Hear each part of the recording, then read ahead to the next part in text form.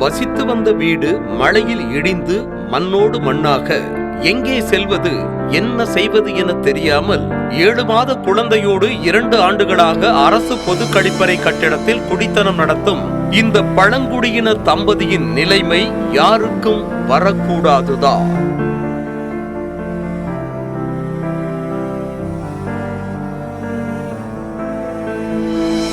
திருவண்ணாமலை மாவட்டம் வந்தவாசி அருகே உள்ள சலுக்கை கிராமத்தில் உள்ள அண்ணாநகர் பகுதியைச் சேர்ந்தவர் தினகர். பழங்குடியினத்தைச் சேர்ந்த இவருக்கும் பொன்னியம்மாள் என்ற பெண்ணுக்கும் கடந்த 2 ஆண்டுகளுக்கு முன்பாக திருமணம் நடைபெற்றது.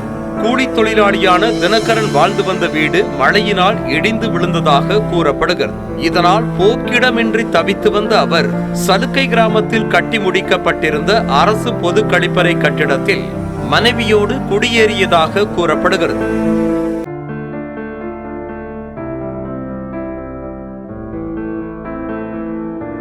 கையில் இருந்த பொருட்களோடு அங்கு குடியேறிய அவர்கள் குளியல் அறையை படுக்கை அறையாகவும் கழிப்பறையை பொருட்கள் வைக்கும் அறையாகவும் பயன்படுத்தி வருகின்றனர். ஒவ்வொரு நாளையும் நரக வேதனையுடனேயே நகர்த்தி வந்த இந்த தம்பதி கடந்த 7 மாதங்களுக்கு முன்பாக ஆண் குழந்தையை பெற்றெடுத்தனர். இதில் மிகப்பெரிய கொடுமை என்னவென்றால் தாய் தந்தையோடு சேர்ந்து அந்த பிஞ்சு குழந்தையும் கழிப்பறை கட்டிடத்திலேயேதான் வாழ்க்கையை நகர்த்தி வந்திருக்கிறது.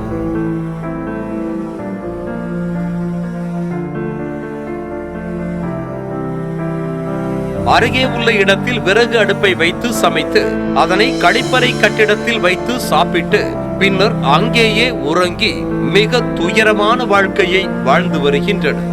இது குறித்து தகவல் அறிந்ததும் வந்தவாசி வட்டாட்சியர் பொன்னுசாமி, வட்டார வளர்ச்சி அலுவலர்கள் தசரதராமன், ராஜன்பாபு ஆகியோர் சலுக்கை கிராமத்திற்கு நேரடியாக சென்று ஆய்வு செய்தனர். பழங்குடியினத்தைச் சேர்ந்த தம்பதி 7 மாத கைக்குழந்தையோடு அரசு பொது கழிப்பறை கட்டிடத்தில் வாழ்ந்து வருவதை உறுதி செய்த அதிகாரிகள் மத்திய அரசின் ஜன்மன் திட்டத்தின் கீழ் அவர்களுக்கு குடியிருப்பு கிடைக்க நடவடிக்கை எடுக்கப்படும் என தெரிவித்தனர். மேலும் அவர்கள் தற்காலிகமாக தங்குவதற்கும் உரிய நடவடிக்கை எடுப்பதாக உறுதியளித்தனர்.